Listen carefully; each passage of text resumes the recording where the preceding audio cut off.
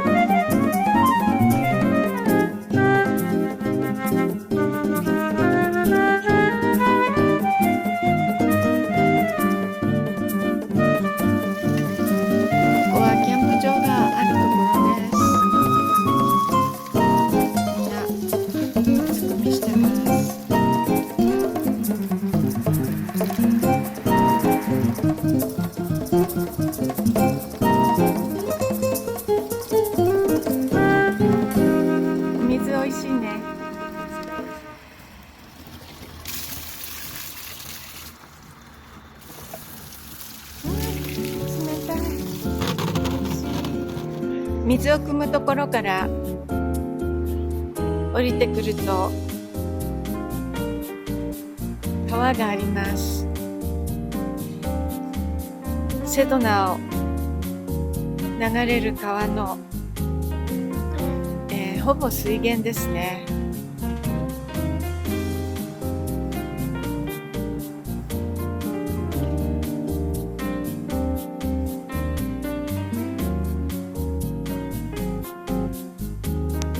もう水の流れはあんまり急ではなくてすごい緩やかです。そしてこれがパンデローサパイン。匂いを嗅ぐとバニラみたいな匂いがするんです。この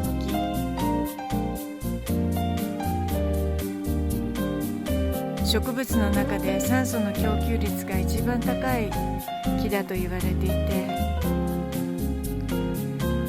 このパンデラーサパインの森林としては北米最大級のものが、ここら辺から広がっています。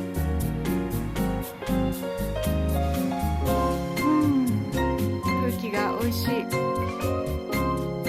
ケニー君が今一生懸命水汲みしてくれているので、私も手伝いに行かないと。いっぱい水を汲んでいる男の人はフェニックスから隣の町のフラッグスタッフにスノーボードに来て、その帰りに水を汲んでいるというふうに言ってました。皆さん結構遠くからここに水汲みに来てるみたいですね。